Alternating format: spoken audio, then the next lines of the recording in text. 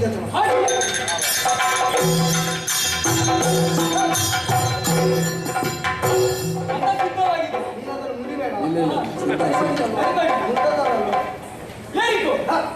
ನಾವು ಯಾವುದು ಅರಸನಂಗ್ರಿಗೆ ನಮಿಸಿ ನಕುಲಾಟರಿಗೆ ವಂದಿಸಿ ಭೂಮಿ ದಿವಿಜರ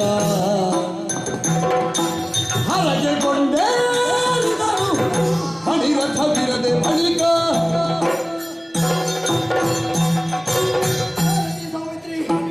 ಧರ್ಮದ ಸಾಕಾರ ಮೂರ್ತಿ ಧರ್ಮದ ಮಹಾಪ್ರಭುಗಳು ಹೀಗಾಗಿ ಅವರಿಗೆ ಆಶೀರ್ವಾದ ಸಿಕ್ಕಿದೆ, ರಣಬೀಡವು ಸಿಕ್ಕಿದೆ. ಆದರೆ ಯುದ್ಧಕ್ಕೆ ಹೊರಟ ಈ ವೇಳೆಯಲ್ಲಿ ಇಲ್ಲಿಂದಲೇ ಅವರಿಗೆ ಮನಸಾರೆ ವಂದಿಸಿಕೊಂಡು ಅವರ ಆಶೀರ್ವಾದ ಬೇಕು. ಆಮೇಲೆ ನನ್ನ ದೊಡ್ಡಪ್ಪ ಭೀಮಸೇನ ಶತಗಜತ್ರಾಣಿ ಅವರಲ್ಲಿರುವ ಪರಾಕ್ರಮ ನನ್ನ ಪಾಲಿಗೆ ಒಲಿದು ಬರಬೇಕು ಎನ್ನುವುದಕ್ಕಾಗಿ ಇಲ್ಲಿಂದಲೇ ಮನಸಾರೆ ಅವರಿಗೂ ವಂದಿಸಿಕೊಂಡೆ. ಇಷ್ಟು ಹೊತ್ತಿಗೆ ನನ್ನ ಅಪ್ಪ ಇಲ್ಲಿ ಇರಬೇಕಿತ್ತು, ಕಥೆ ಬೇರೆ ಆಗ್ತಿತ್ತು. ಯಾಕೆ? ಮಗನೆಂಬ ಮಮಕಾರ ಅಲ್ಲ, ಒಬ್ಬ ಯುದ್ಧಕ್ಕೆ ಹೊರಟ ವೀರ ಯೋಧನಿಗೆ ಹರಸುವ ತರದಲ್ಲಿ ನನ್ನ ಅಪ್ಪ ನನಗೆ ಆಶೀರ್ವಾದ ಮಾಡ್ತಾ ಇದ್ರು. ಇಲ್ಲದಿದ್ರೆ ಏನಂತೆ, ನನ್ನ ಅಪ್ಪನಿಗೆ ಇಲ್ಲಿಂದಲೇ ಮನಸಾರೆ ವಂದಿಸಿಕೊಂಡೆ.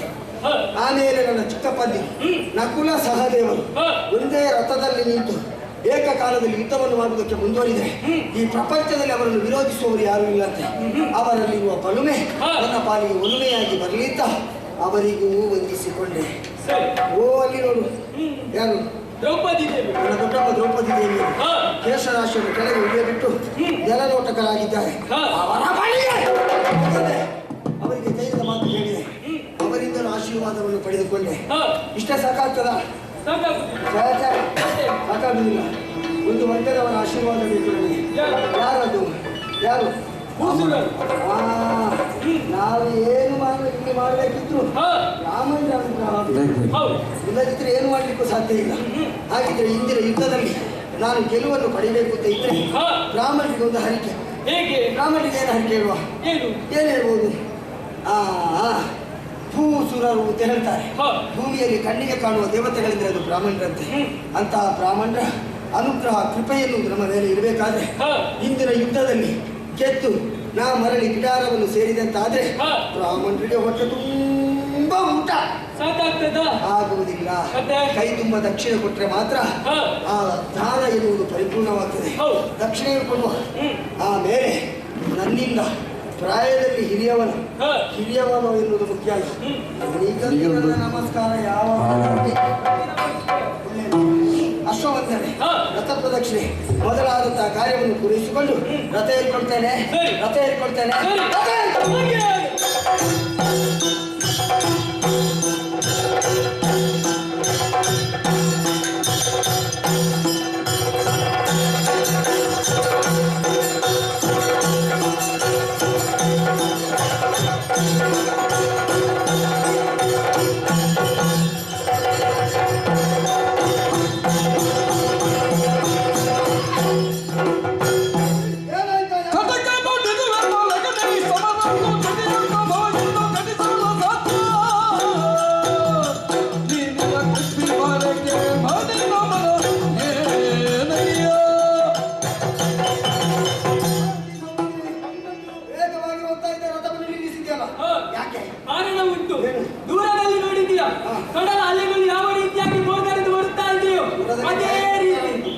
ಕೌರವನ ಸೇನೆ ಕೂಡ ಬರ್ತಾ ಇದೆ.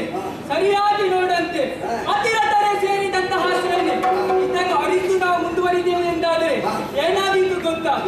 ಈ ಹಿಂದೆ ಒಬ್ಬಾತ ತನ್ನ ಕೊರಳ ಬಲವನ್ನು ಅರಿಯದೆ ಎತ್ತರವಾದ ಪರ್ವತವನ್ನು ಎತ್ತುವುದಕ್ಕೆ ಮುಂದಾಗದಂತೆ ಪರಿಣಾಮವಾಗಿ ತನ್ನ ಕೊರಳನ್ನುಕೊಂಡ.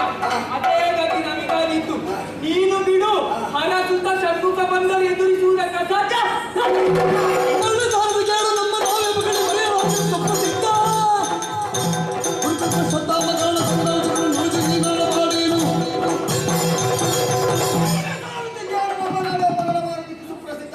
ನಮ್ಮನ್ನು ನಾವೇ ಹೊಗಳಿಕೊಂಡು ನಾವು ಕೊಂದ ಹಾಗೆ. ಆದರೂ ನಿನ್ನ ಧೈರ್ಯಕ್ಕಾಗಿ ಒಂದೆರಡು ಮಾತು ಹೇಳ್ತಾರೆ, ಸರಿಯಾಗಿ ಕೇಳಿಕ. ಪವನ ಮಾದರ ಹರಣ ಬದಲ ದಿವ್ಯಹರಣ ಹೇಳು, ಅವ ಬೆಡಿಸಿದರೆ ವಾಸವನ ಸದೆ ಬದಿವೇನು, ಮಕ್ಕಳ ಉಳಿಸುವೆನು ಪಾರ್ಥವನ ಚವನ ಚವ ಗೆಡಿಸುವೆ. ಸಾಕಿನವರೆಲ್ಲ ಏನು ಮಾಧವನು ಎನ್ನಪ್ಪ ಆತನು ಹುಡುಕಿದರು ಬೆರುಗ ನಂಜದ ಮತ್ತೆ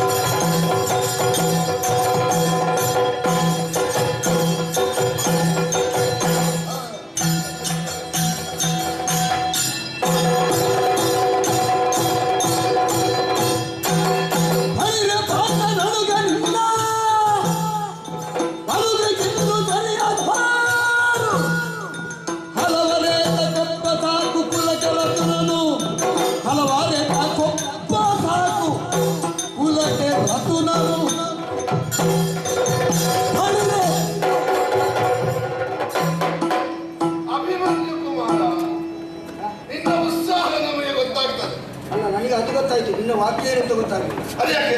ಅಭಿಮನ್ಯು ಕುಮಾರ. ಹೌದು. ಅದ್ಯಾರು? ಕುಮಾರ ಅಂತ ಹೇಳಿದ್ರೆ ನಿನ್ನ ಅವಾಗ ಅಂತ ಅರ್ಥವ? ಅಲ್ವಾ? ಅವಾಗ ಅಂತ ಅರ್ಥವ? ಮತ್ತೆ ಅಭಿಮನ್ಯು ಕುಮಾರ ಅಂತ ಏನಂತ ನನಗೆ ಅರ್ಥ ಆಗಿಲ್ಲ.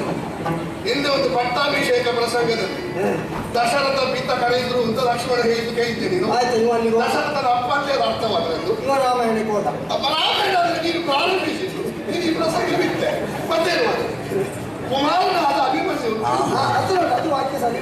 ಹಾಗಾಗಿ ಅಭಿಮನ್ಯು ಕುಮಾರ ತುಂಬಾ ಮಾತಾಡುವವರಿಗೆ ಈಗ ಆಗುದಂತ ನಿನಗೆ ನೀನು ಸರಿ ಮಾತಾಡಲಿಕ್ಕೆ ಗೊತ್ತುಂಟು. ನಿನಗೆ ಅರ್ಥ ಆಗತ್ತೆ ಎಲ್ಲ ಸರಿ ಮಾತಾಡುತ್ತೆ. ಹಾಗಾದ್ರೆ ನೀನು ಹೇಳಿದ್ದನ್ನೆಲ್ಲ ಕೇಳ್ತಾರೆ ಅಂತ ಒಟ್ಟು ಮಾತಾಡಿದ್ರೆ ನಾನು ಕೇಳಲಿಕ್ಕಿಲ್ಲ. ಹಾಗೆಲ್ಲ ಅಲ್ಲ, ನೀನು ಕೇಳಲಿಕ್ಕಿಲ್ಲ, ಆದ್ರೆ ಒಂದುಂಟು, ಏನು? ನೀನು ಕೇಳಲಿಕ್ಕಿಲ್ಲ ಅಂತ ನಾನು ಹೇಳೋದು ಹೇಳಲಿಕ್ಕಿಲ್ಲ. ಇದೇ ಸಂದರ್ಭ, ಇದೇ ಸಂದರ್ಭ. ನಾನು ಹೇಳಿದ್ದನ್ನು ಹೇಗೆ ಹೇಳ್ತೇನೆ ಅದೇ ತಂದೆ ಹಳೆಯನೇ ಮಗನಬಹುದು, ಕಂದ ಕಲ್ಪ ಶಾಸ್ತ್ರ ನೋಂತಳು ಹಿಂದೂಧರನ ನಿನ್ನ ತಾಯಿ ಸುಭದ್ರೆ ಅಲ್ಲದಡೆ ಇಂದಿನ ಬಲವಿ ಸಮರ ಜಯದಂದವಿ ಸರಳಂದವಿ ಸೌರಂಭವಿ ತೆರಳಿಕೆ ಯಾವ ಹಿಂಗೆ ಕುರುಡ ಮನೆಜನು ಮಗನೇ ಸತ್ಯ ಇಲ್ಲ. ಕುಲದ ಬೆಳವಣಿಗೆ ಎರಡು ಅನ್ವಯಕ್ಕೆ ಕೊಡದೆ ಸುಗತಿ ಸಂಪದ ಕರುಳು ಬೀಳವೆ ತನ್ನ ಬಸಿರಿಂದುರುಳಿದವದಿರಲೇನು ಫಲ ಮಹತ್ತರವೇ ಪಾರ್ಥ ಕೃತಾರ್ಥ ಕೃತಾರ್ಥ ಕೃತ ಇನ್ನು ಇದು ಮಾತಾಡ್ತೇನೆ. ನನಗೆ ಇದೊಂದು ನಿರೀಕ್ಷೆ ಇತ್ತು ಇವತ್ತು. ಏನು? ಯಾಕಂದ್ರೆ ಇವತ್ತು ನಾನು ಕೌರವನ ಎದುರಿಗೆ ಹೋದ್ರೆ ಅವ ಇಷ್ಟು ಮಾತಾಡದೆ ಬಿಡ್ಲಿಕ್ಕಿಲ್ಲ ಅಂತ ಮೊದಲೇ ನನಗೆ ಗೊತ್ತಿದೆ. ಯಾಕೆಂದ್ರೆ ನಾನು ಓದದ್ದು ಈಗಲ್ವಾ, ನೀನು ಕಾಣಿಸಿಕೊಂಡದ್ದು ಈಗಲ್ವಾ, ಮತ್ತೆ ತಪ್ಪಲ್ಲ.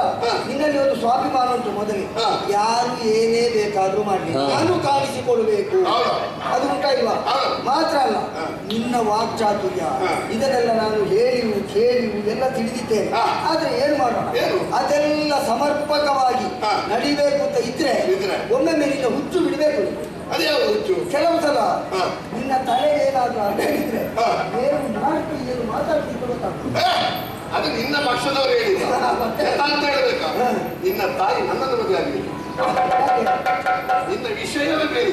ನೋಡಿ ಏನಾಗ್ತಿತ್ತು, ಗಾಳಿ ಮತ್ತು ಬೆಂಕಿ ಒಟ್ಟಾದ ಹಾಗೆ ಆ ವನವಾಸದಲ್ಲಿರುವವರು ಎಷ್ಟು ಪುಷ್ಟಿ ಕೊಟ್ಟಾರೆ, ಎಷ್ಟು ಪುಷ್ಟಿದಾಯಕವಾಗಿ ಇದಕ್ಕಿಂತ ಅಡ್ಡ ಉದ್ದವಾಗಿ ಬೆಳೆಯುತ್ತಿದ್ದು ಗೊತ್ತಾಗಿದೆ. ನಾನೀಗ ಅಡ್ಡ ಉದ್ದ ಬೆಳೆದದ್ದೇ ಹೆಚ್ಚಾಗಿದೆ ಅಂತ ನನಗೆ ಗೊತ್ತಾಗಿದೆ. ಆದ್ರೆ ಒಂದೇ ಇಲ್ಲ, ನನ್ನ ತಾಯಿ ನಿನ್ನನ್ನು ಮದುವೆ ಆಗ್ತಿದ್ರೆ ದೇವರಾಣಿ ನಾನು ನಿನ್ನಾಗೆ ಹುಚ್ಚರಾಗಿ ಕಾಣ್ತಿದ್ದೆ. ಹೌದಾ? ಅದ್ಯಾಕೆ ನಿನಗೆ ಹುಟ್ಟಿದ್ರೆ ತಂದೆ ಅಜ್ಜೆ ಬರುದ ಮಗನಿಗೆ? ಮತ್ತೆ ಮತ್ತೆ ಯಾಕೆ ನೀನು ಅಪ್ಪ ಹೆಣ್ಣು ಹುಚ್ಚಾಗಲಿಲ್ಲ? ಯಾಕೆ ನಾನು ದೇವೇಂದ್ರ ದೊಡ್ಡ ಹೆಣ್ಣು ಹುಚ್ಚಾಗ ಅದು ಬರುವುದಿಲ್ಲ, ಕೆಲವೊಮ್ಮೆ ಬೇಡ ಆಗ್ತದೆ. ನಾನು ನಿನ್ನನ್ನು ಹೊಗಳಿದ್ರು ನಿನಗೆ ಅರ್ಥ ಆಗುದು. ಹೋಗಲ್ಲ ಅಮ್ಮ, ನನಗೆ ಪಾಂಡವ ದ್ವೇಷ ಹೋಗಲ್ಲ ಅಮ್ಮನ ವಿಷಯ ಹೇಳ್ತೆ ಅಂದ್ರೆ ನನಗೊಂದು ಪಶ್ಚಾತ್ತಾಪ ಆಗುದು. ಸುಭದ್ರೆ ನನ್ನನ್ನು ಮದುವೆ ಆಗಬೇಕಿತ್ತು, ಮದುವೆ ಆಗ್ತಿದ್ರೆ ನಿನ್ನ ಸತ್ಯ ಇಲ್ಲ.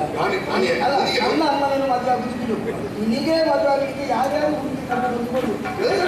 ನೇರ ಮದುವೆ ಆಗಲಿಕ್ಕೆ ನಿನಗಾಗಿ ನನಗೆ ನನ್ನನ್ನು ಮದುವೆ ಆಗಲಿಕ್ಕೆ. ಈಗ ನಿನ್ನ ಅಣ್ಣ ಧರ್ಮರಾಯ ರಾಜಸೂಯಾದವರು ಮಾಡಿದ್ದ ಹೌದಾ? ಹೌದು. ಅವನೇ ಎಲ್ಲ ಕಡೆ ಕಪ್ಪ ಸಂಗ್ರಹಕ್ಕೆ ಹೋದ. ಅಲ್ಲ ಸಂತತಿಯರು ನಮ್ಮ ತಂದೆ ಹಾಗೆ ಇದು ಕನ್ಯಾರತ್ನ ಸಂಗ್ರಹ, ಕಪ್ಪ ಸಂಗ್ರಹದ ಹಾಗೆ ಕನ್ಯಾರತ್ನ ಸಂಗ್ರಹ. ಹಾಗೆ ಸಂಗ್ರಹ ಅಂತ ಹೇಳಿದ್ರೆ ಹಾಗೆ ಅವರೇ ಸಂಗ್ರಹ ಮಾಡಬೇಕು. ನಿಮಗೆ ಬೇಡ ದನ ಇಲ್ಲ, ನಮ್ಮಲ್ಲಿ ತಂದಕ್ಕೆ ದನ ಉಂಟು, ನಾವು ಹುಟ್ಟು ಸೌಭಾಗ್ಯವಂತರು. ನೀವೆಲ್ಲ ಏನು ನಿನಗೆ ಕಾಡ ಬೇರು ತೋಡ ನೀರನ್ನು ಕುಡಿದ್ರೆ ಮತ್ತೆ ಕಾಡ ಮಧ್ಯದಲ್ಲೇ ಇದ್ದರು. ಕಾಡ ಬೇರು ತೋಡ ನೀರು ಕುಡಿದವರು ಏನು ಮಾಡ್ತಾರೆ ಅಂತ ಈಗ ನೋಡಿದ್ದೇನೆ. ಎಷ್ಟು ಅಲ್ಲ ಏನು ಅಲ್ಲ, ನಿನ್ನನ್ನು ಎದುರು ಬಿಟ್ಟದ್ದು ಯಾಕೆ ಗೊತ್ತುಂಟ? ಗೊತ್ತಿಲ್ಲ. ಇಡೀ ಅವಳದ್ದು ದ್ರೌಪದಿ ಅಂತ ಏನು ಅವಳ ಮಕ್ಕಳನ್ನು ಎದುರು ಬಿಡ್ತಾಳ ಅವಳು. ಘಟೋತ್ಕಚನನ್ನು ಮತ್ತು ಅಭಿಮನ್ಯುವನ್ನು ಎದುರು ಬಿಡುದು, ಹೋಗ್ಲಿ ಮಕ್ಕಳು ಮತ್ತೆ ನನ್ನ ಮಕ್ಕಳಿಗೆ ಸಿಗ್ತದಲ್ಲ. ಹೀಗೆ ನಿನ್ನ ಪಕ್ಷದಲ್ಲಿ ಯಾರ್ಯಾರನ್ನು ತಾಗಿಸಿ ಹೇಳಿದ್ದು ನನಗೂ ನಿನಗೆ ಅರ್ಥ ಆಗುದಿಲ್ಲ. ನಾನು ಒಂದು ಹೇಳ್ತೇನೆ, ಪಾಂಡವರಲ್ಲಿ ತುಂಬ ಕೋಪ. ಹೌದಾ? ಅದು ನಿನ್ನಲ್ಲಿ ನಾಳೆ ಪಾಂಡವರು ಕಾಡಿಗೆ ಹೋದ್ರೆ ನಾನು ಪಟ್ಟಾಭಿಷೇಕ ಮಾಡಿಸಿಕೊಳ್ಳುವುದಿಲ್ಲ, ಯಾಕಂದ್ರೆ ನಿನ್ನಲ್ಲಿ ಕುಳಿತುಕೊಳ್ಳಿಸ್ತೇನೆ. ನೀನು ಸಾಯುವುದು ನನಗೆ ಇಷ್ಟ ಇಲ್ಲ. ನಿನಗೆ ಹೋಗಲಿಕ್ಕೆ ಗೊತ್ತಿಲ್ಲದಿಲ್ಲ, ನಾನು ಕೈ ಹಿಡಿದು ಅಲ್ಲಿಯವರೆಗೆ ಕೊಂಡು ಹೋಗ್ತೇನೆ. ಹೋಗು ಮಗು, ಸುಮ್ಮನೆ ಆಡುಗ, ಸಾಯ್ಬೇಡ.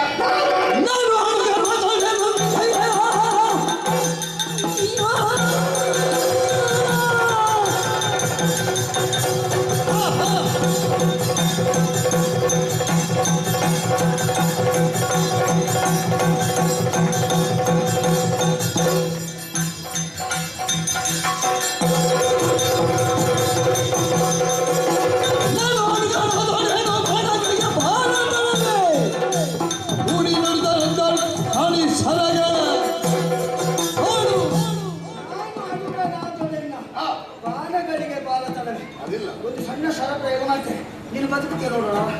ಶಾಲೆ ದೊಡ್ಡದು ಸಣ್ಣದು ಅಂತ ವಿಷಯ ಅಲ್ಲ, ಕತ್ತೆಯಲ್ಲಿ ಎಷ್ಟು ಬಲ ಉಂಟು ಅಂತ ಮುಖ್ಯ. ನೋಡೋಣ. ಹುಡುಗ ಅರ್ಧ ಆಯುಷ್ಯದಲ್ಲಿ ಹೋಗಬೇಕು ಅಂತಿದ್ರೆ ನಾವೇನು ಮಾಡ್ಲಿಕ್ಕಾಗ್ತದೆ? ನನಗ ನಿನಗೆ ನನ್ನ ಕೈಯಲ್ಲಿ ಸಾಯಬೇಕು ಅಂತ ನಾನೇನ್ ಮಾಡಿಲ್ಲ. ಹೌದಾ? ಮತ್ತೆ ನಿನ್ನ ದೊಡ್ಡಪ್ಪನಿಗೆ ಏನು ಹೇಳ್ತಿ? ಯಾಕೆ? ಯಾವ ಶಾಂತಿ ಹೇಳ್ತಿ? ಅದ್ರ ಅವನ ಭಾಷೆ ನೀನು ನಿನಗೆ ಸಾಯಿಗೆ ಬೆಟ್ಟವಾದ ಬಂದಿಲ್ಲ.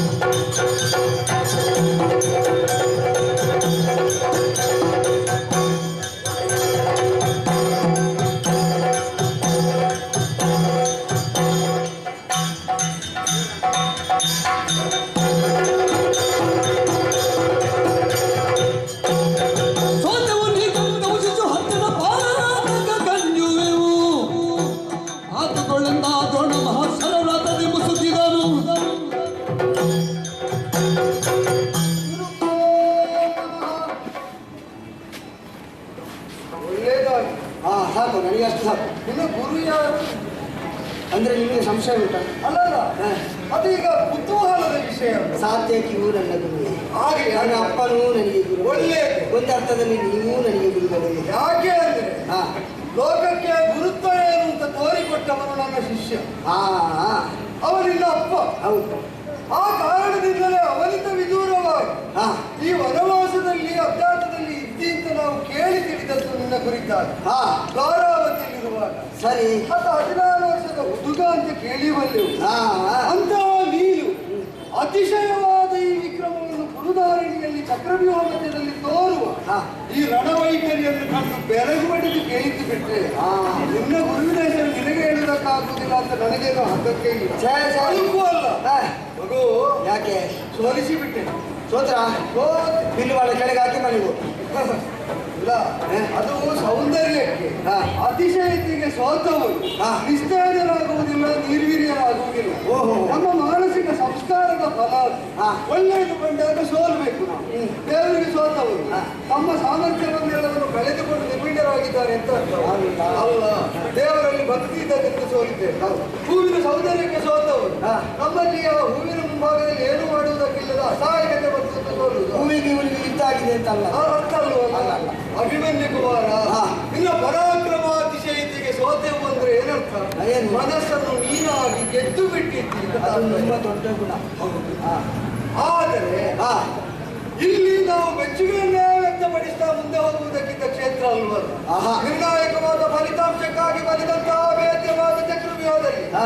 ಇನ್ನೂ ಮಕ್ಕಳಾಟಿಕೆಯನ್ನು ಮುಂದುವರಿಸ್ತಾ ಬಂದೆ ಅಂತಾದರೆ ಹಾ. ನಾನು ಈ ರಣದಲ್ಲಿ ನಿನ್ನ ನೆರೆಯ ವೃತ್ತಿ ಯೋಚಿಸಬೇಕಾಗ್ತದೆ. ಹಾ.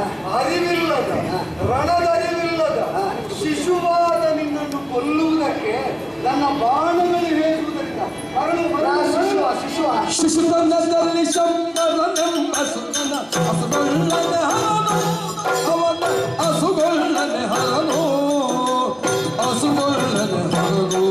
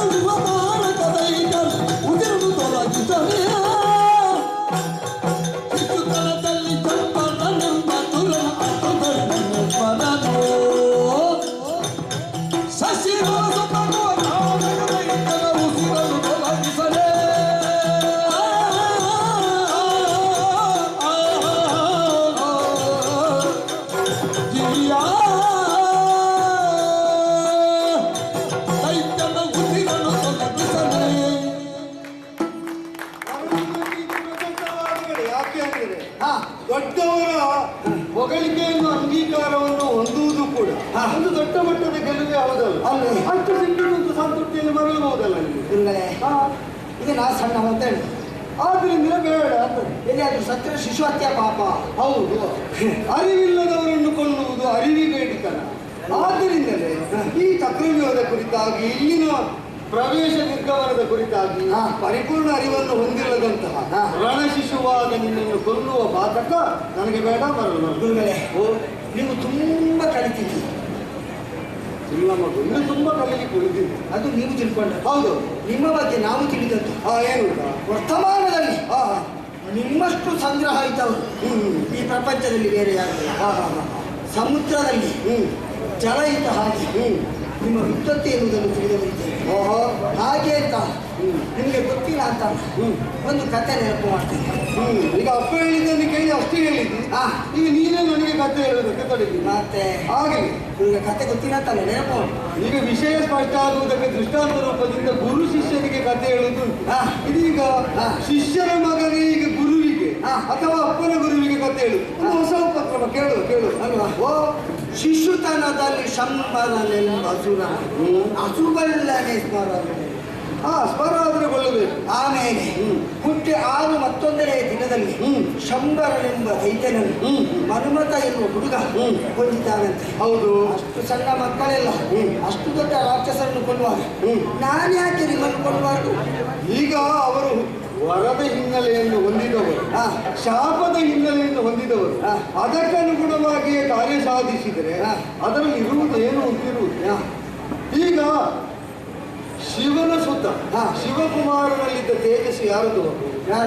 ಶಿವನದ್ದು. ಹೌದು. ಆದ್ದರಿಂದಲೇ ಶಿವನ ತೇಜಸ್ಸು ಕುಮಾರ ರೂಪದಿಂದ ಕಾಣಿಸಿಕೊಂಡು ತಾರಕನನ್ನು ವಧಿಸಿತು. ಸರಿ. ಈಗ ಶಂಬರನನ್ನು ಕೊಂದಂತಹ ತೇಜಸ್ಸು ಯಾರದ್ದು ಮಗು? ಯಾರದ್ದು? ನಿನ್ನ ಮಾವನದ್ದು ಅಲ್ವೋ? ನಿನ್ನ ಮಾವನ ತೇಜಸ್ಸು ಆ ಶಂಬರನ ವಧೆಯನ್ನು ಸಾಧಿಸಿತು. ಆದರೆ ನಿನ್ನ ಅಪ್ಪನ ತೇಜಸ್ಸು ನಿನ್ನಲ್ಲಿರುವುದು. ಹಾಗೆ ನೋಡಿದರೆ ನಿನ್ನ ಅಪ್ಪನ ತೇಜಸ್ಸು ಯಾರದ್ದು ಮಗು? ನನ್ನ. ಆದ್ರಿಂದ ಹೇಳಿದ್ದು ಅಲ್ಲಿ ಅಲ್ಲ, ವಿರೋಧಿಗಳಿಗೆ ಪ್ರಶಸ್ತವಾದ ತೇಜಸ್ಸು ಅವಸಾನವನ್ನು ತಂದುಕೊಟ್ಟಿತು. ನನ್ನ ತೇಜಸ್ಸೇ ನನ್ನನ್ನೆದುರಿಸಿದಂತೆ ಆಗುವುದು ಬೇಡ. ವಿದ್ಯೆಯಾಗಿ ನಿನ್ನ ಅಪ್ಪನಿಗೆ ಹೋಗಿ ಅವನಿಂದ ಬಳುವಳಿಯಾಗಿಯೋ ಕಲಿಸಿಯೋ ನಿನಗೆ ಬಂತು. ಅದೇ ನನಗೆ ಮುಖಾಮುಖಿಯಾದರೆ ನಮ್ಮ 2 ಕೈಯೇ ಹೊಡೆದ ಹಾಗಾಗುತ್ತದೆ. ದಯಾಪದೆಯಲ್ಲಿ ನಿರ್ಣಯ ಆಗುವುದಿಲ್ಲ. ಆದರೂ ಅದನ್ನು ಹಾಗೆ ಗುರುತಿಸುವುದಕ್ಕಾಗುವುದಿಲ್ಲ. ಆದ್ರಿಂದ ಸುಮ್ಮನೆ ಯಾಕೆ? ಗುರುಗಳೇ ನಿನಗೊಂದು ಮಾತು ಹೇಳ. ಹೇಳಿ. ನೀವು ಸೋಲುವುದಂದ್ರೆ ಸಾಯುವುದಂದ್ರೆ ಈಗ ಅವರೆಲ್ಲ ಅವರನ್ನು ಕೊಂದಿದ್ದಾರೆ. ಹೌದು. ನಾನು ನಿಮ್ಮನ್ನು ಯಾಕೆ ಕೊಲ್ಲಬಾರ್ದು ಅಂತ ಕೇಳಿದ ಅರ್ಥ ಗೊತ್ತಾಯ್ತಾ? ನೀವು ಸಾಯಬೇಕು ಅಂತ ಹೇಳಿದ್ದಲ್ಲ, ಮತ್ತೆ ಹುಡುಗನಾದ ನನ್ನಲ್ಲಿ ರಣಕಣದಲ್ಲಿ ನೀವು ಸೋತಿರಿದ್ದಾದ್ರೆ ಆದರೆ ನಿಮ್ಮಂಥವರಿಗೆ ಅದು ಸಾವಿಗೆ ಸಮಾನ. ಶಿಷ್ಯನಿಂದ ಪರಾಜಯ ಬಯಸಬೇಕು ಅಂತ ತಿಳಿದವರೊಂದು ಮಾತು ಹೇಳಿ. ಶಿಷ್ಯಾದಿಚ್ಛೆ ಪರಾಜಯ ಅಂದ್ರೆ ನನ್ನ ಶಿಷ್ಯ ನನ್ನನ್ನು ಮೀರುವಂತೆ ಬೆಳೆಯಬೇಕು. ನಿಜವಾಗಿ ನಾನು ಹೇಳ್ತೇನೆ, ನನ್ನನ್ನು ನೀನು ಗೆದ್ದರೆ ನಿಜವಾದ ದ್ರೋಣನ ಬದುಕಿನ ಅತಿ ದೊಡ್ಡ ಗೆಲುವಾಗ್ತದೆ. ಹೌದಾ? ನೀನು ಗೆದ್ದು. ಯಾಕೆ ಅಂದ್ರೆ ನಾ ಕಲಿಸಿದ ವಿದ್ಯೆ ನನ್ನ ಶಿಷ್ಯನಲ್ಲಿ ಅಲ್ಲ, ಅವನ ಶಿಷ್ಯನಲ್ಲಿ ಫಲಿಸ್ತದೆ. ಅಂದರೆ ನನ್ನ ಗುರುತ್ವಕ್ಕೆ ಬೇರೆ ಪ್ರಶಸ್ತಿ ಬೇಡ. ಆದರೆ ಗುರುವನ್ನು ಲಘು ಅಂತ ಭಾವಿಸಿ ಹೊಡೆದರೆ ನಿನ್ನ ಮುಂದು ಕಣೆಯೂ ತಾಗುವುದಕ್ಕಿಲ್ಲ. ಇದರ ಗುರುತ್ವವನ್ನು ಮಾನಿಸದಿದ್ದರೆ ಇದೊಂದು ನಿನ್ನನ್ನು ಘಾತಗೊಳಿಸದೆ ಬಿಡುವುದಕ್ಕೂ ಇಲ್ಲ. ಎಚ್ಚರ. ಎರಡನೇದಲ್ಲ, ಮೊದಲನೇದನ್ನು ಮಾಡಿ ತೋರಿಸ್ತೇನೆ.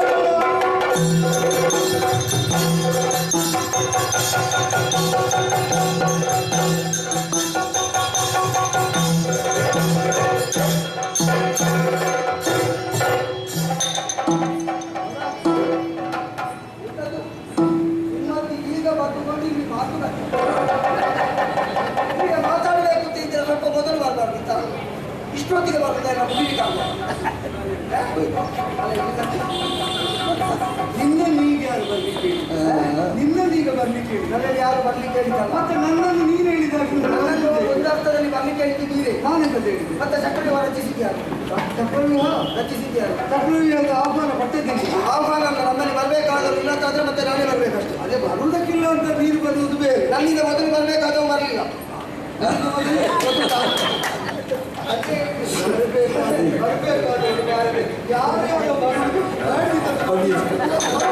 ಅಲ್ಲ, ನಾನು ಒಪ್ಪಿಕೊಳ್ತೇನೆ. ಇವಾಗ ಇವರು ಕೂತುಕೊಂಡು ಎಷ್ಟು ಬೇಕಾದ್ರೂ ಮಾತಾಡ್ತಿದ್ದೆ ಚಂದ. ಇವರು ದುಡ್ಡಿಲಿಕ್ಕೆ ಈಗ ನಾವಿಲ್ವ, ಇವರಿಗೆ ಬೇಕಾಗಿಲ್ಲ ಅದು ಇಷ್ಟೊತ್ತಿಗೆ. ತುಂಬಾ ದುಡ್ಡಿದ್ದು ಉಸಿರು ಬಿಡುವುದಕ್ಕಾದ್ರೂ ಎದುರಿದ್ದವ ಯಾರಾದ್ರೂ ಮಾತಾಡಬೇಕು.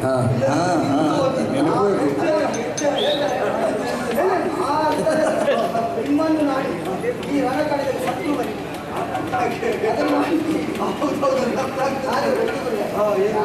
ನಾವು ಮಾಡಿದ್ವಿ. ಒಂದು ಗೊತ್ತೆಷ್ಟಾಯ್ತು ಅಂತ ಒಂದು ನೆನಪಿಲ್ಲ.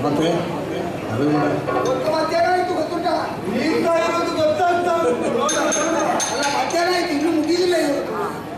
ನೋಡಿ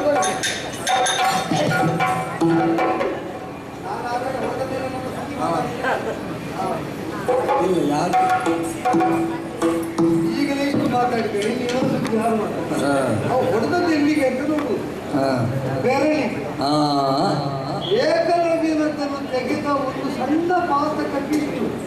ಇದೇ ಹೌದಾದ್ರು ನಮ್ಮಲ್ಲಿ ಎಂತೆಂಥ ಪಾಠಕ ಮಾಡಿದ್ರು ಇದ್ದಾರೆ, ಅವರದ್ದು ಎಂತೆಂತ ಹೋಗಬೇಕು. ಹೋಗ್ಲಿ ಹೋಗಿ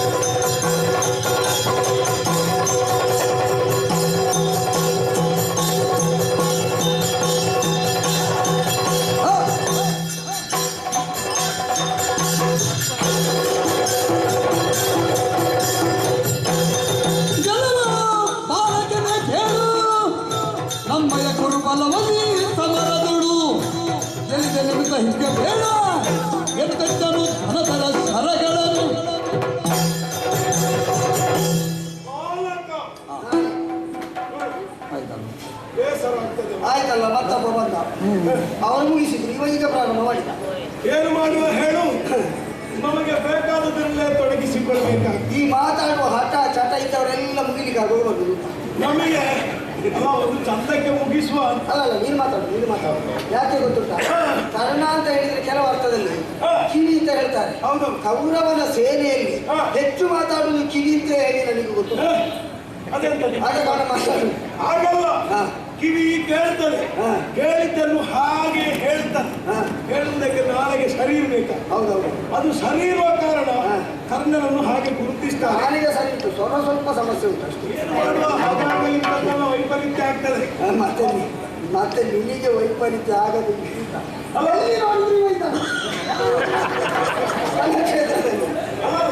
ಅದು ಪ್ರಕಾರ ಯಾಕೆ ಹಾಗಾಯ್ತು ಗೊತ್ತಾ? ಯಾಕೆ? ಸಾಧಾರಣ ಯುದ್ಧ ಆರಂಭವಾದ 10 ದಿವಸ ನನಗೆ ಬರ್ಲಿಕ್ಕಾಗಿಲ್ಲ. ಅದೇ 10 ದಿವಸವೇ ನಿನಗೆ ಇರುವುದು ಅವಕಾಶ.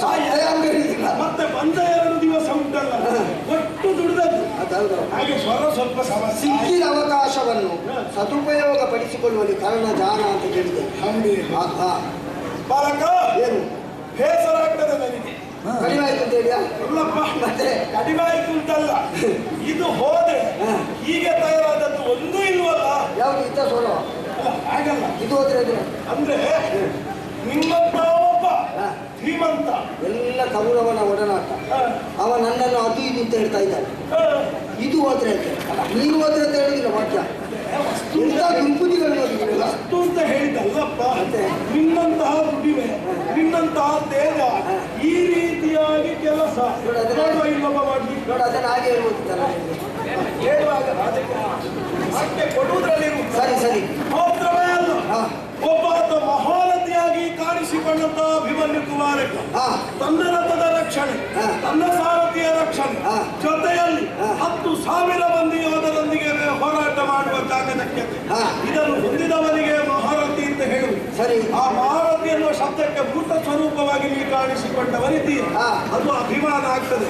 ಆದ್ರೆ ಏನು ಮಾಡುವ ಮಗು, ಮಾಡಬೇಡ. ಹುಟ್ಟಿ ಬೆಳೆದು ತನ್ನ ಏನ್ ಮಾಡುವುದಿಲ್ಲ ಅಂತ ಬಂದದ್ದು. ಮತ್ತೆ ನಿಮಗೆ ಸಮಸ್ಯೆ ಇದ್ರೆ ಏನ್ ಮಾಡ್ಬೇಕು? ಹಾಗಲ್ಲ, ಈಗ ಪ್ರಾಯ, ಈಗ ಹರೆಯದ ಪ್ರಾಯ, ಇನ್ನು ದುಡಿಲಿಕ್ಕುಂಟು ಮಗು. ಒಂದು ನಮ್ಮ ಹಾಗೆ 70-76 ಆದ್ರೂ ಆಗುವವರೆಗೆ ಇರ್ಬೇಕು ಅಂತ 70-76 ನಾನು ನಿರೀಕ್ಷೆ ಮಾಡೋ ದೊಡ್ಡದುಂಟು. 70-76 ಅಲ್ವಾ? ನಾವು ಅಷ್ಟು ಬದುಕಿದ್ದೇವೆ. ಹೌದು. ಹಾಗಾಗಿ ಅಷ್ಟರವರೆಗೆ ಇರಬೇಕು ಅಂತ ಇಂಥ ಈ ಚಕ್ರವ್ಯೂಹಕ್ಕೆಲ್ಲ ಬರುವುದಲ್ಲ. ಹಾಗಾಗಿ ನಿನಗೊಂದು ಮಾತ್ರ ಇಲ್ಲ, ನೀವು 76ರವರೆಗೆ ಬದುಕುವ ನಿರೀಕ್ಷೆ ಇಟ್ಟುಕೊಂಡಿದ್ರೆ ಬದುಕಿದ್ದೀರಿ. ನಮಗೆ ಅಪೇಕ್ಷವಿಲ್ಲ, ಬದುಕು ಹಾಗೆ ಬದುಕಿದ್ರೆ 26 ಬದುಕಿದ್ರು ಸಾಕು ಅಂತ ಉಂಟು. ಹೌದು ಮಗ, ಬದುಕು ಹಾಗೆ ಬದುಕಬೇಕು. ಎಷ್ಟು ಕಾಲ ಬದುಕಿದ್ದೇವೆ ಎನ್ನುವುದು ಮುಖ್ಯ ಅಲ್ಲ, ಬದುಕಿದ್ದಷ್ಟು ಕಾಲ ನಾವು ಏನು ಸಾಧನೆ ಮಾಡಿದ್ದೇವೆ ಅದು. 26ರಲ್ಲಿ ಹೋದ್ರೆ ಈ ಜಾಗಕ್ಕೆ ಯಾರನ್ನು ತರುವುದು? ಅದು ಮತ್ತೆ ಯಾರಾದ್ರೂ ಮಾಡ್ತಾರೆ, ಅದು ನಿರೀಕ್ಷೆ ನಿಮಗೆ ಬೇಡ. ನನ್ನಿಂದ ಮೊದಲು ಯಾರಿದ್ದಾರೆ ಎನ್ನುವುದು ಬೇಡ, ನನ್ನಿಂದ ಯಾರು ಮತ್ತೆ ಬರ್ತಾರೆ ಎನ್ನುವುದು ಬೇಡ. ಗೊತ್ತಾಯ್ತಾ? ಈಗ ನಿನ್ನ ಜಾಗಕ್ಕೆ ನೀನಲ್ಲ, ನೀನು ಮೊದಲು ಇನ್ನೊಬ್ಬ ಬರ್ತಾನೆ. ಹೌದಪ್ಪ, ನನ್ನ ಜಾಗಕ್ಕೆ ಆದ್ರೂ ಬಂದರು, ನಿನ್ನ ಜಾಗಕ್ಕೆ ಬರ್ಲಿಕ್ಕಿಲ್ಲ ಅಂತ. ಅಲ್ಲ, ನಿನ್ನ ಜಾಗಕ್ಕೆ ಬಂದಾರಲ್ಲ, ನೀನು ಬಂದದ್ದು ಹೇಗೆ ಅಂತ ಆಲೋಚನೆ ಮಾಡು. ನಾನು ಇನ್ನೊಂದು ಹೋರಾಟ ಮಾಡಿದ್ರು ಅಂತಲ್ಲ, ಇನ್ನು ಅಪ್ಪ ಬರ್ಬೇಕಿತ್ತು. ಇನ್ನು ಅಪ್ಪನಿಗೆ ಒಂದು ದೊಡ್ಡ ಹೋರಾಟವ ನಾನು. ಇವನಿಗೆ ಕೌರವನ ಸೇನೆಗೆ ಸೇರಿದ ಮೇಲೆ ಅದೊಂದು ಭ್ರಮೆ ಉಂಟು. ಇವನಿಗೆ ಸಣ್ಣ ಸಣ್ಣ ಮಕ್ಕಳೆಲ್ಲ ಸಾಕಾಗುವುದಿಲ್ಲ. ಈಗ ಎಲ್ಲ ನನ್ನ ಎದುರಿಗೆ ದೊಡ್ಡ ದೊಡ್ಡವರೇ ಬರಬೇಕು. ಮತ್ತೆ ಸರಿ ಕಾಣಿಸಿಕೊಳ್ಳಿಕ್ಕೆ ದೊಡ್ಡವರೊಟ್ಟಿಗೆ ನಿಮಗೊಂದು ಮಾತಿಲ್ಲ, ಈ ಯುದ್ಧದಲ್ಲಿ ಯಾರಿಗೆ ಗೆಲುವು ಯಾರಿಗೆ ಅಪಜಯ ಎನ್ನುವ ನಿರೀಕ್ಷೆಯಲ್ಲಿ ತಾಳ್ಮೆಯನ್ನು ಇಟ್ಟುಕೊಂಡಿವರೆಲ್ಲ ಕಾಯ್ತಾ ಇದ್ದಾರೆ. ಅವರ ತಾಳ್ಮೆಯನ್ನು ತಿಳಿಸುವುದು ಬೇಡ. ನಿನಗೊಂದು ಮಾತು ಹೇಳ್ತೇನೆ, ನೀನು ಮೊದಲು ನದಿಗೆ ಹಾಡು, ಅದರಲ್ಲಿ ಈಜಿ ಬದುಕಿದ್ರೆ ಮತ್ತೆ ಸಮುದ್ರಕ್ಕೆ.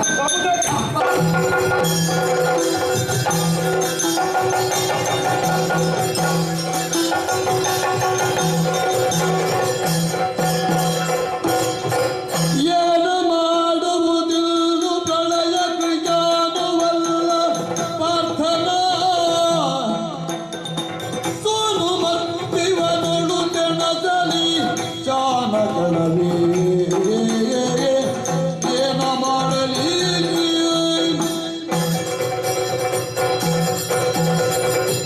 ಕೃಪವಂತರಲ್ಲ, ಯಾರಲ್ಲಿ ಯೋಚಿಸಿದ್ರು ಮುಂದೆ ಅಂತ ಯಾರಿಗೂ ಉತ್ತರ ಇಲ್ಲ. ಅಸಾಮಾನ್ಯವಾದಂತಹ ಈ ವಿಕ್ರಮದ ವಿಷಯಕ್ಕೆ ಕ್ಷಣ ಕ್ಷಣಕ್ಕೂ ಸುಟ್ಟಬೇಕಾಗ್ಬಿಟ್ಟು ಸಸೇನೆಯನ್ನು ಕೌರವಾಧೀನನಾಗಿದ್ದಾರೆ. ಅವ ಇವತ್ತಲ್ಲ, ಎಲ್ಲರೂ ಹತಪ್ರಭರಾಗಿದ್ದಾರೆ. ಪ್ರಾಣ ಉಳಿದರೆ ಸಾಕು ಅಂತ ಆಜ್ಞಾನುವಶತೆಯಿಂದ ಉಳಿದುಕೊಂಡಿದ್ದಾರೆ ಸೇನಾಧಿಪತಿ. ಈಗ ಏನಾದರೂ ಮಾಡಿದ್ರೆ ಎಲ್ಲವೂ ಕೆಟ್ಟು ಹೋಗ್ತಾರೆ. ಆ ಕಾರಣದಿಂದ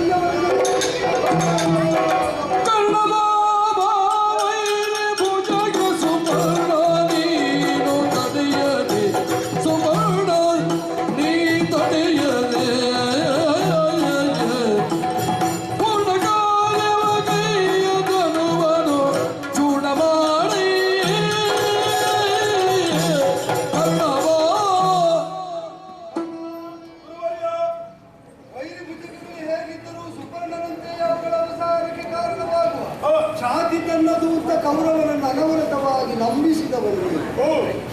ಹೇಗುಂಟಪ್ಪ ಹುಡುಗನ ಹೋರಾಟ? ಎಂಥದ್ದು? ಏನು ಹೋರಾಟ? ಎಂಥದ್ದು ಹೊಗಳಿಕ್ಕೆ? ನೀನು ಹೊಗಳಿಕ್ಕಿದ್ದು ಅಂದದ್ದು ಹೇಳುತ್ತಲ್ಲ. ಅವನ ಅಪ್ಪನನ್ನು ಮೀರುವ ತಾನಂತ ಲೋಕೇಟಿ ಹೇಳ್ತಾ ತಿರುಗಿದವರು ನೀವು. ಹೌದು, ಇದು ಮಗನ ವಿಕ್ರಮವನ್ನೇ ಗಮನಿಸುವುದಕ್ಕಾಗಿ ನಿನಗೆ ಅಪ್ಪನಿಗಿಂತ ಒಂದು ಗಂಟೆ ಮೇಲೆ ನಿಂತಿದ್ದಾನಲ್ಲ ಇವ. ಈಗ ಅಪ್ಪನಲ್ಲಿ ಎದುರಿಸಿದ್ರೆ ನಿನ್ನ ಬದುಕು ಅರ್ಥ ಆಗ್ತದಲ್ಲ. ನನಗೆ ಬದುಕಿರುವುದೇ ಭಾರತದೊಂದಿಗೆ ಹೋರಾಟ. ಅವ ಕಾಣುವುದಕ್ಕೆ ಸಿಕ್ಕಬೇಕಾದ್ರೆ ನೀವು ಸತ್ತು ಮಲಗಬೇಕಲ್ಲ ಮುಂದೆ. ಸತ್ತು ಅವ ಸಾಯುವ ಲಕ್ಷಣ ಕಾಣುವುದು ಸಾಯಂಕಾಲದವರೆಗೂ. ಆದ್ದರಿಂದ ಕೊಲ್ಲುವ ಲಕ್ಷಣ ನೀರು ತೋರಿಸುವಂಥದ್ದು. ನನಗೆ ಕೊಲ್ಲುವುದಕ್ಕಾಗುತ್ತಾ ಇದ್ರೆ ಅವನೇ ಅಲ್ವ ನನ್ನನ್ನು ಹೊಡೆದದ್ದು. ಮುದಿಗಣ್ಣನ್ನು ಹಣೆಯಲ್ಲಿ ಹೊತ್ತಿದ ಹರಣಂತೆ ಒಡವಾನನಿಗೆ ಬುದ್ಧಿವಂತಾಗಿ ಎದ್ದು ಬಂದಂತೆ ವೈರಪಾಣಿಯನ್ನು ಸುತ್ತುಬದ್ಧವಾಗಿದ್ದ ಎನ್ನುವನು ಪರಾಕ್ರಮಾಗ್ರಿ ಹೌದು ಗೊತ್ತಾಗ ಅದು ಹೊರಡುವುದವನ ಧನುಷಿನ ಮೂಲದಿಂದ. ವೈರಿಯ ನಾಶವನ್ನು ಮಾಡಿ ತನ್ನ ಗೆಲುವನ್ನು ಒಡೆಯನ ಗೆಲುವನ್ನು ಸಾಧಿಸಬೇಕು ಅಂತಿದ್ದರೆ ಅವ ನನ್ನಲ್ಲಿ ಹೋರಾಟ ಮಾಡ್ತಾ ಇರುವ ಅವನ ಕೈಯಲ್ಲಿ ಧನುಷು ಉಳಿಯದಂತೆ ಅದನ್ನು ಮುಗ್ಗಟ್ಟು ಮಾಡಬೇಕು.